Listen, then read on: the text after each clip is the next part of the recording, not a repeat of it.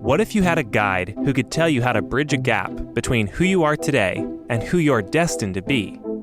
What if each week you could hear a story of someone who has tried and succeeded, or perhaps tried and failed, but learned something in the process? Limitless Spirit is a weekly podcast where host Helen Todd interviews guests about topics and personal stories on defining life's purpose, pursuing personal growth, and developing a deeper faith in Christ. By that time, my husband had taken over my son. So he would actually teach my son, who was barely a year at that time, how to slap me and hit me and spit at me and treat me the way I deserved to be treated. And it was so hard watching my toddler becoming like his dad. And then I found out I was pregnant again. So my hope was to have the baby die so that at least another baby wouldn't come into this situation. When the doctors told me that the baby was not going to make it, I felt so guilty that it was all my fault. And it was all because of me. And I decided that the only way that I was ever going to be happy again, and the whole world would be happy, was if I was out of this world and if I took my life. Have you ever experienced a moment so dark that it made you question whether God cares or whether He even exists? Welcome to the Limitless Spirit Podcast. I'm your host, Helen Todd.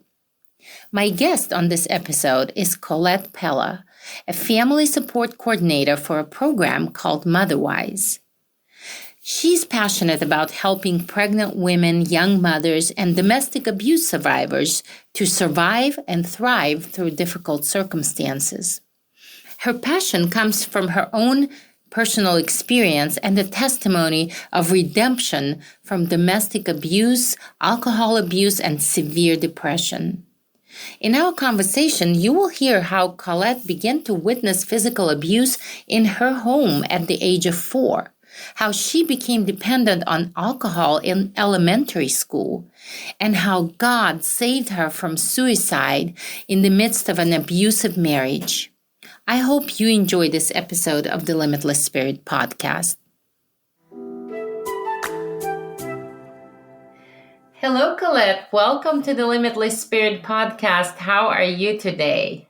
I'm doing fine. Thanks to see you, Helen. Well, it's been a few months since we've seen each other, and we met on a mission trip to the Republic of Georgia. This was the first time I got to know you, and I was really amazed at how well you connected with the kids during this trip.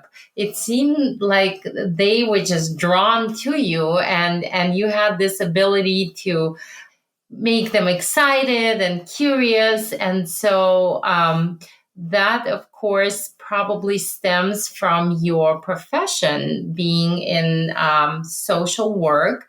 And so my question is, what caused you to go into that profession? Yes. First of all, I love children. You're absolutely right. And I've loved just being with children all my life. I've loved seeing them grow up and watching them change and all the developmental milestones that they go through. And I first started in early education. So I was actually an early childhood elementary education teacher for many years. And through that experience actually is what drew me to social work.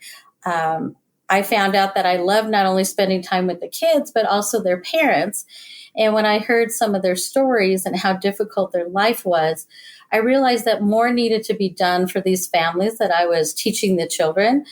And I started helping out the families by some needed employment, some needed just tangible resources like food and a place to sleep for the night and things like that. And so through that experience, I really started seeing how valuable it was to help families. And that's what drew me to social work, so that I had the opportunity to work with the whole family and not just the kids for a short amount of time in my classroom.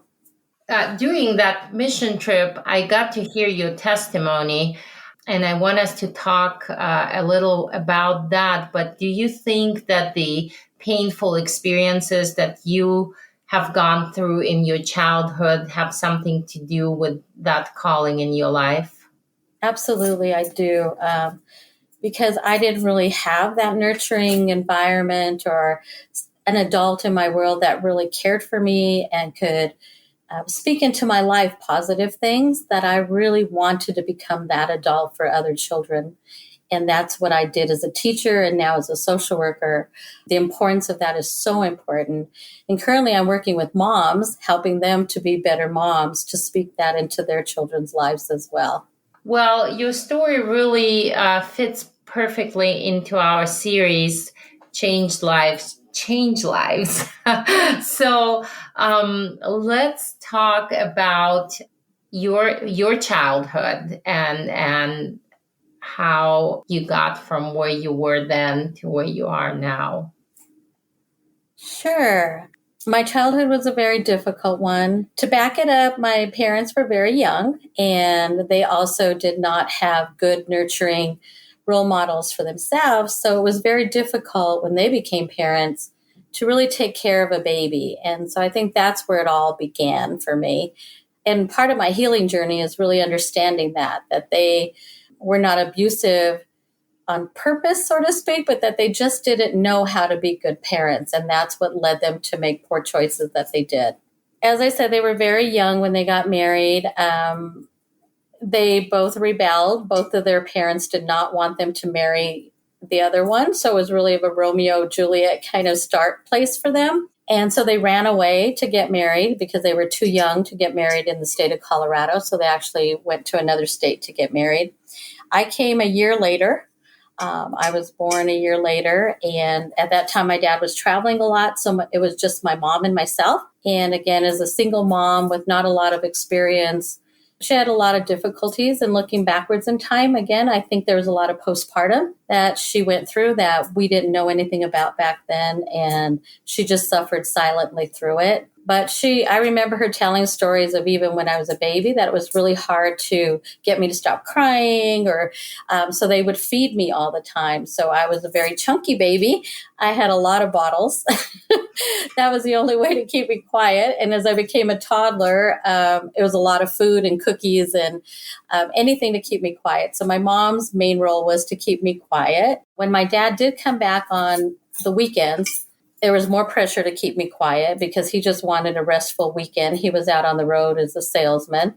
He really didn't like a crying baby hanging around. So I think there was more pressure on my mom early on to keep me even more quiet as a baby so that I wouldn't upset my father. As a 4 and 5-year-old, I started probably witnessing the domestic violence between my parents. It was going on before that, but I was much too young to be in the same room when it was happening. So they would move me to another room.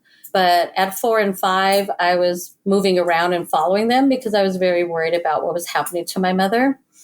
And so my dad got very violent when he drank and very abusive. And it was very common for him to drag my mother by her hair and throw her against the wall, punch her, slap her, hit her. I mean, lots of violence. And as a young child at 4 and a half, I remember trying to stop those fights a lot. And of course, I would get thrown back out of the way and he would continue beating on my mom.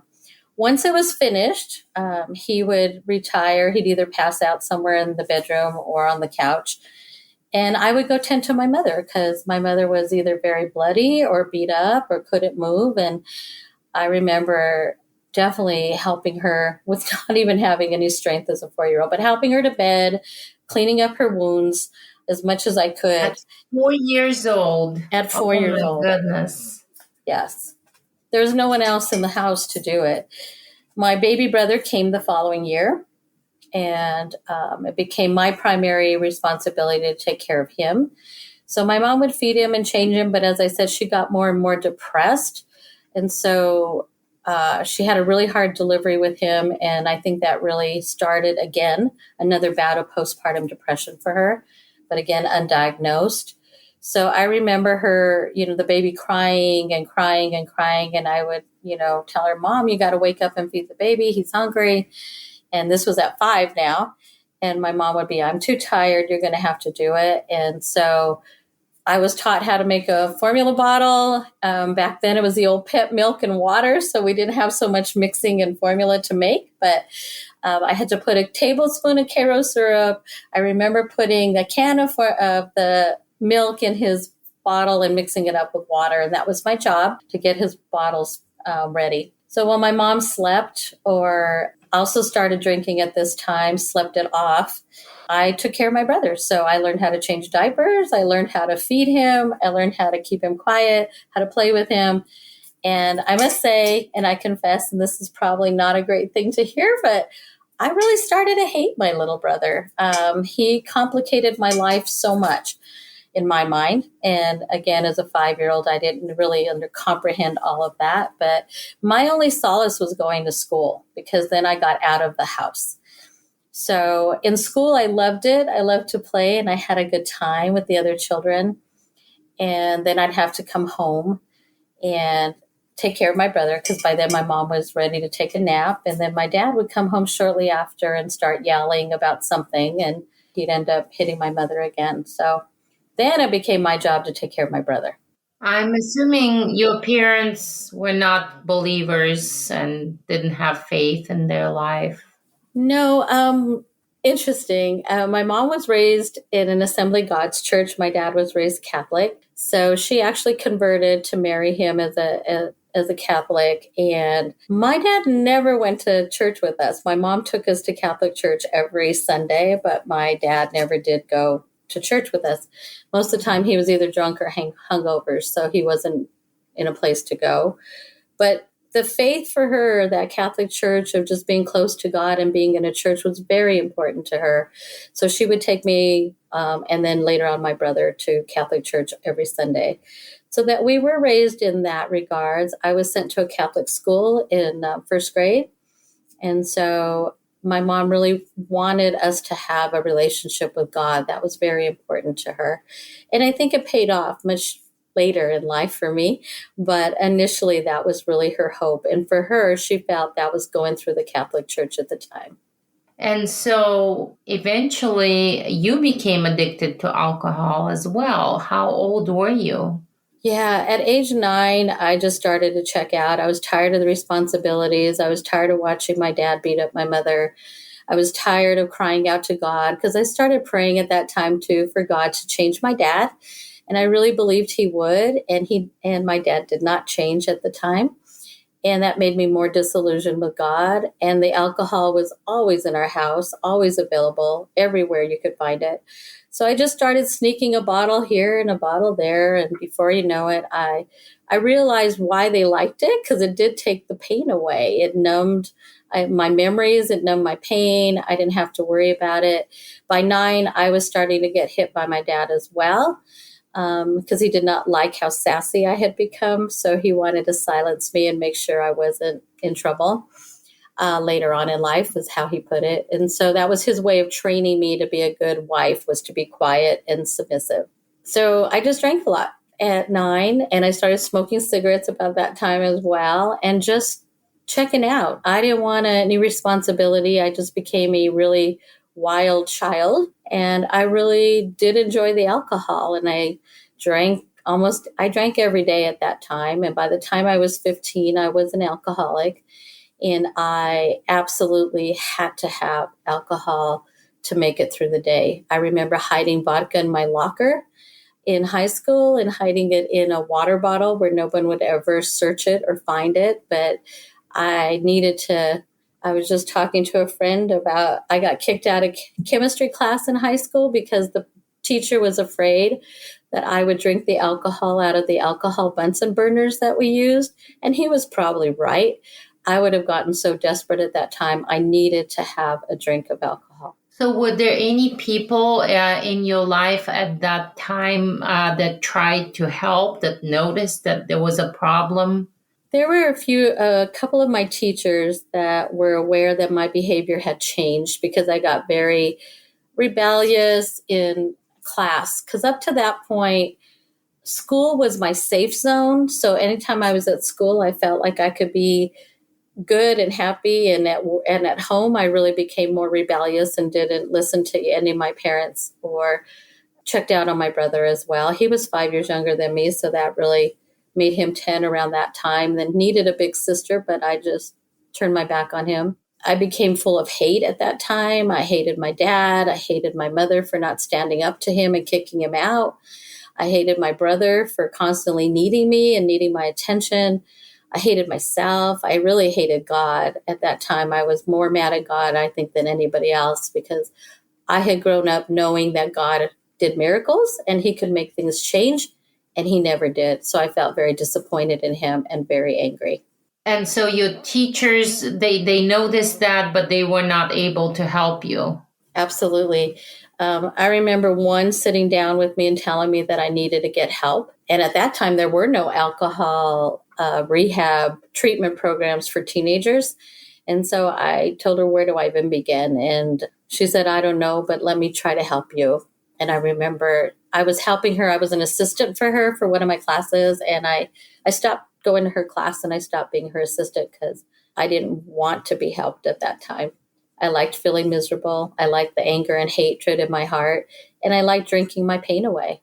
And what about people in church? Did they not notice that there were problems? No, because, when we went to church on Sundays, we were a good family. We looked good. No one ever knew. And my parents didn't even know the extent of my drinking at that time. They just knew I had become very rebellious and they didn't know why.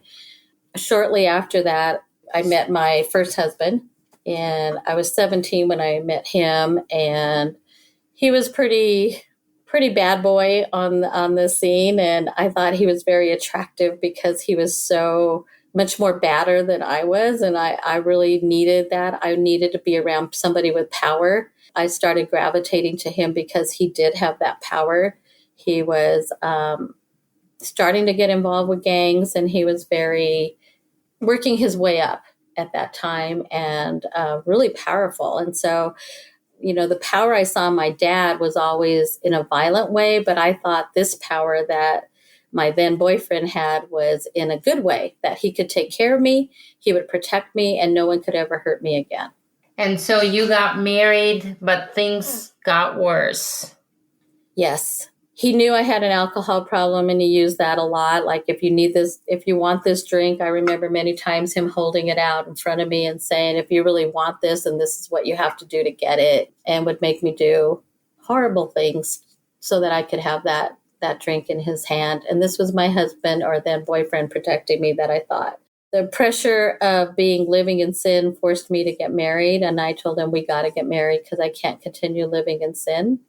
Now I know there's other choices, and that's what I help other girls figure out, that that's not your only choice to have to marry this person who's abusing you. But I got married and thought everything would change and he would love me, and all he needed was somebody like me to love him back. And it did not. It got worse. That's when he started getting very physical with me, and was way worse than anything I ever saw my dad do to my mom.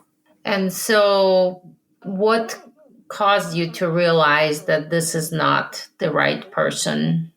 It took several years, and 2 children later. We had our firstborn a year after we got married, and it became my job to keep my child quiet so that my husband was not disturbed. And anytime the baby would cry, I would get slapped. Anytime the baby would fuss and get really loud, I would get a punch in the stomach. So I quickly learned to keep my son quiet. And I understand more about what my mom did for me in those early years as well. And so I tried everything to keep my son quiet when my husband was home so that he wouldn't hit me. But then it became other things, like the house was dirty, the toys were on the floor, the food wasn't hot enough, the food wasn't good enough. And he just had more and more excuses to beat me because I was such a worthless person. I truly believed that for a long time, that I deserved every hit, every beating that I got, that I was a bad wife, I was a bad mother, because then he would tell me the baby was crying and that was my fault too. And so I just believed all the lies that he told me. And instead of turning the hate now, I started to turn it inside towards me. And I got very depressed and wanted to kill myself, and attempted a few times, but not I remember trying to get a knife once and cut my artery. And of course, all I did was just get my arm, and I didn't really get anything done or accomplished that way, but a lot of pain. And so I realized that there must be better ways to handle this. And then I found out I was pregnant again. So with my second child, I was not allowed to go to the doctor because he would not allow me to see anybody outside of the home. And I told him I needed to see a doctor because I thought I was pregnant again. And he said we could not have another child, and so would kick me continuously in my stomach so that the baby would not survive. And I got more depressed and more depressed. And then at that time, he started withholding food. And so he thought I was getting too fat. And I told him, because I think I'm pregnant. And he said I needed to get skinny. And so he would give me an allotment of food per day that I was allowed to eat or not eat if I didn't want to. And he would portion it out so I would not gain any weight. And that, of course, put an impact on my baby developing inside of me. And so I snuck away one day while he was at work, and my mom and dad gave me some money to go see a doctor. And I went to the doctor and found out I was pregnant with my second child. At that time, the doctors informed me that it didn't look good. There was no heartbeat at that time. They did an ultrasound and could not find any movement. Pretty much told me this baby was not going to survive and sent me home. And I was so upset. I didn't know what to do because for, weeks I had been asking God to take this baby away from me because I didn't want another child. And by that time, my husband had taken over my son in the child raising because I was doing it so wrong. So he would actually teach my son, who was barely a year at that time, how to slap me and hit me and spit at me and treat me the way I deserved to be treated. And it was so hard watching my toddler becoming like his dad every day. And I just got more and more checked out. So my hope was to have the baby die so that at least another baby wouldn't come into this situation. When the doctors told me that the baby was not going to make it, I felt so guilty that it was all my fault. And it was all because of me. And I decided that the only way that I was ever going to be happy again, and the whole world would be happy, was if I was out of this world and if I took my life. So this time I seriously made a plan because I realized that the baby inside of me was dead. My son was no longer my son. My husband was some kind of demonic, horrible person he was just so violent and so mean that I didn't need to be around. He had totally distanced me from my parents. My parents, by this time, after the birth of my son, had both sobered up and were trying to reconcile with me and become a family again. So he shut that door.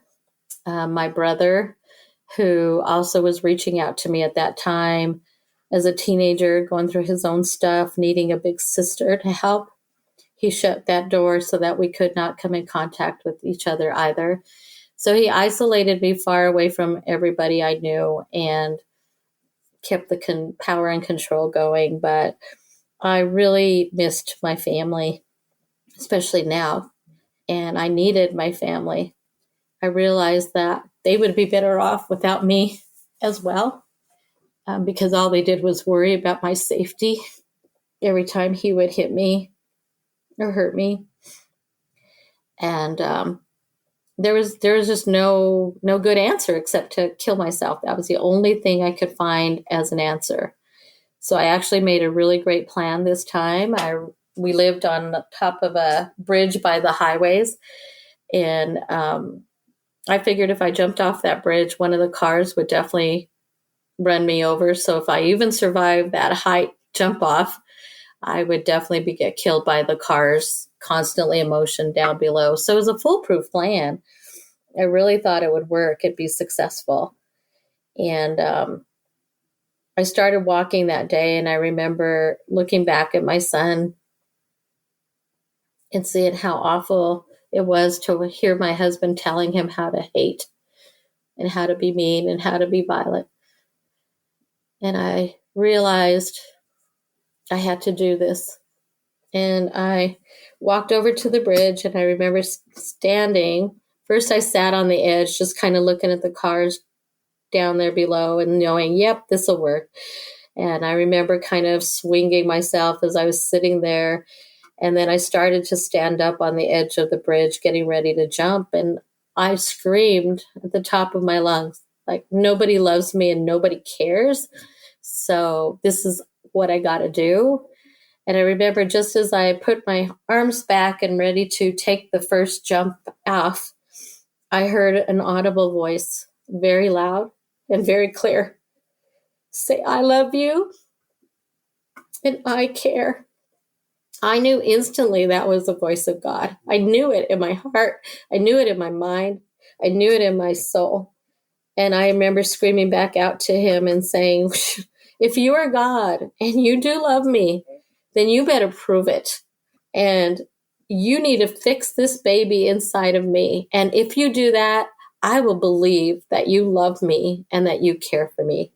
And if you do that for me, I will show you how much I love you back, and I will serve you every day of my life. And I remember giving God a chance.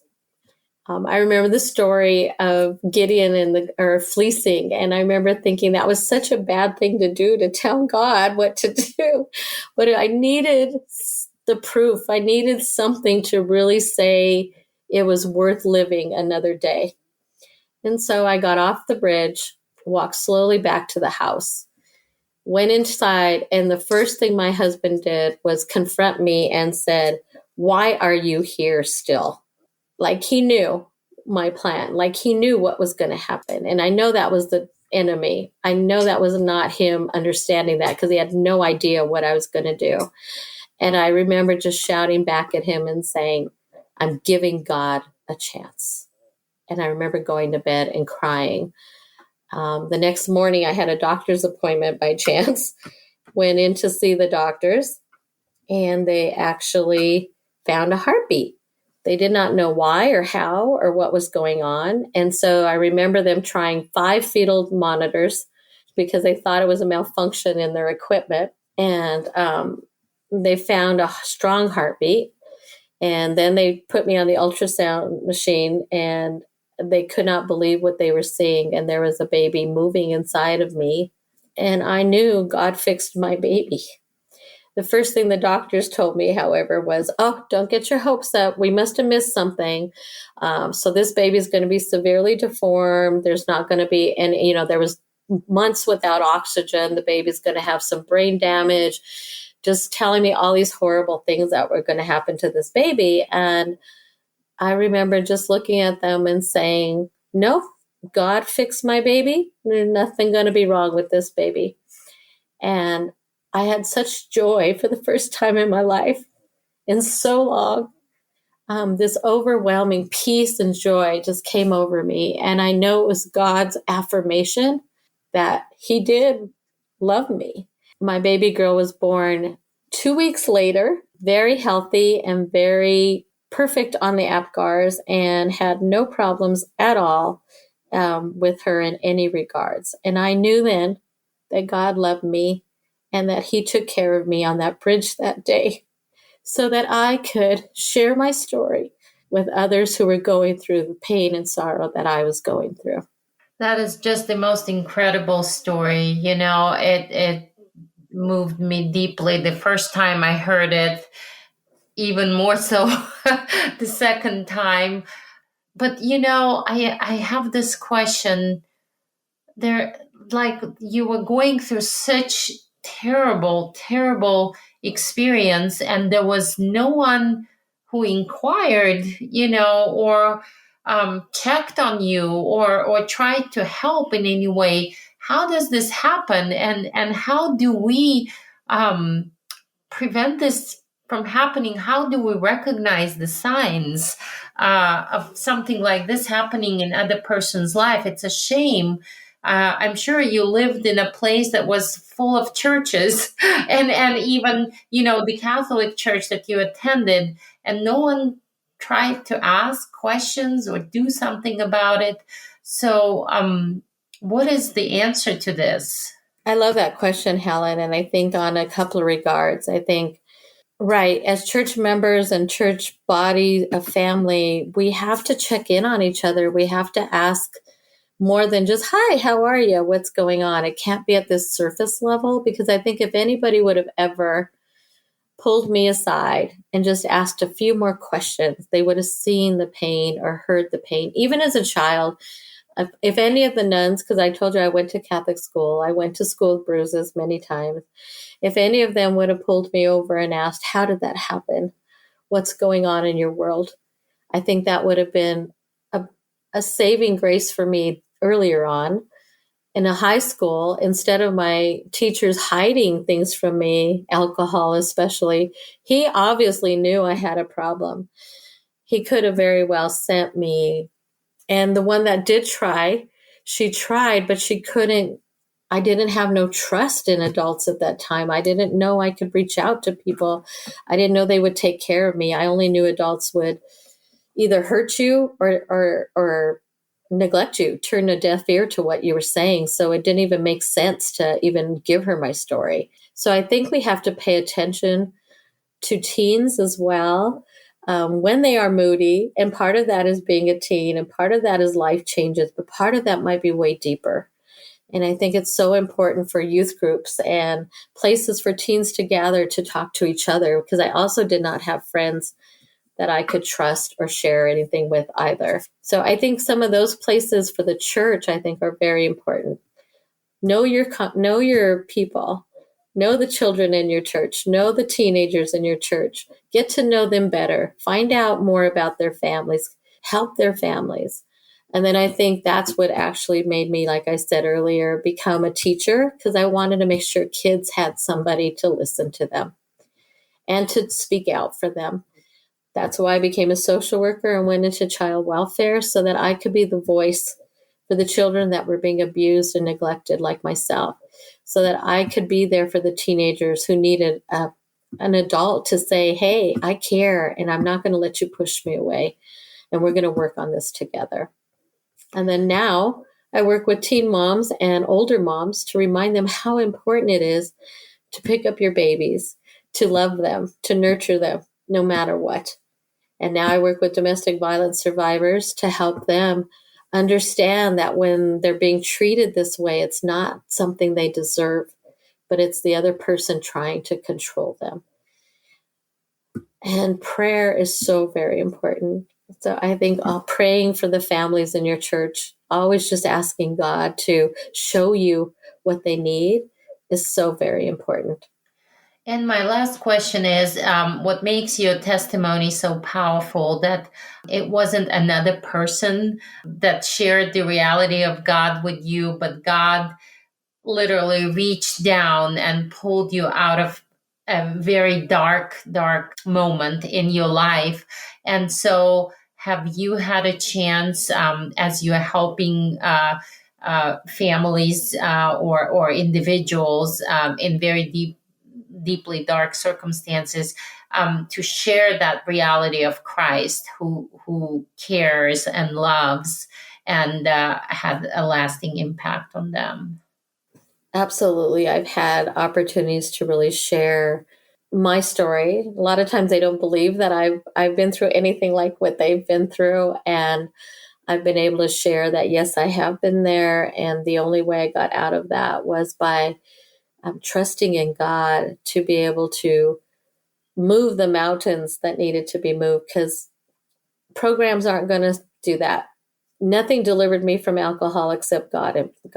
And that happened when I became pregnant the first time. God just took away the desire for alcohol, and I've never had a drink since. And my firstborn is 41 now, so I haven't had a drink in 41 years. He took the desire away. And when I'm working with people struggling with alcohol, I remind them the same thing. Programs are only helpful so much, but God himself can take the desire of the alcohol away from you. He can remove that and change your life forever. So without God, I've seen people struggle even harder, because they get only so far because that's all the man system. That's all I can do as a trained social worker. That's all I can do as a drug counselor. That's all I can do as a domestic violence counselor. But God is the next level who can do it all and change your life completely. So when they hear that, a lot of times, many of them have given their life to God, and God has done amazing things with them and their children and their lives. I pray still. Like I say, my parents have really become believers and strong believers. My dad has been delivered from alcohol. My mom has been delivered from alcohol. They are serving the Lord even today. And so to see God answer the prayer of a 4-year-old, yes, it took a long time to get there, but he answered the prayer of a 4-year-old. So I think, that is the most important thing. Without God, none of this is possible.